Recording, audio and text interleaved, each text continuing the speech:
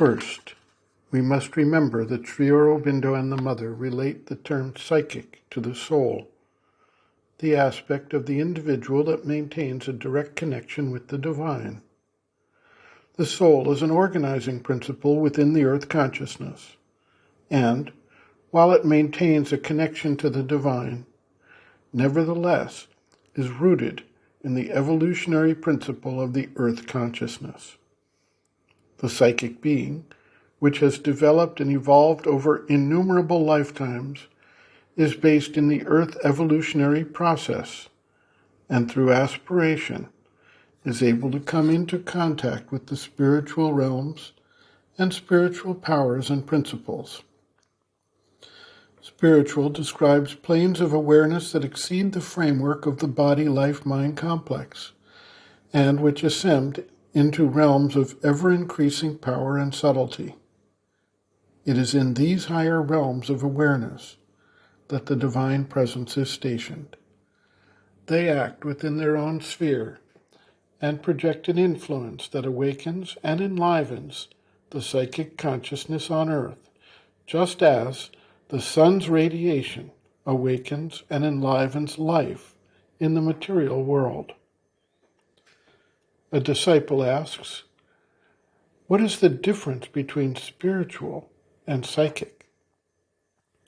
The Mother notes, it is not the same thing.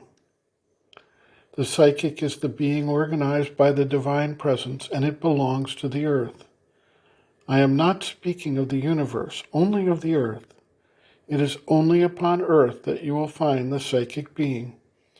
The rest of the universe is formed in quite a different way. The universe contains all the domains higher than the physical.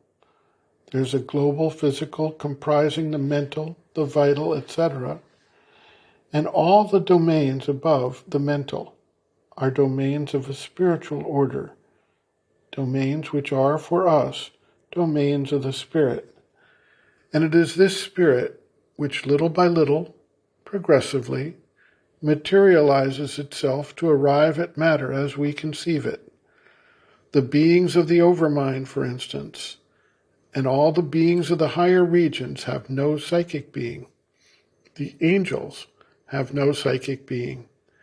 It is only upon earth that the psychic life begins, and it is just the process by which the divine has awakened material life to the necessity of rejoining its divine origin. Without the psychic, matter would never have awakened from its inconscience. It would never have aspired for the life of its origin, the spiritual life.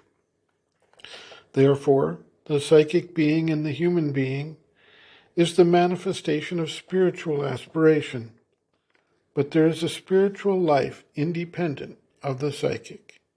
End quote.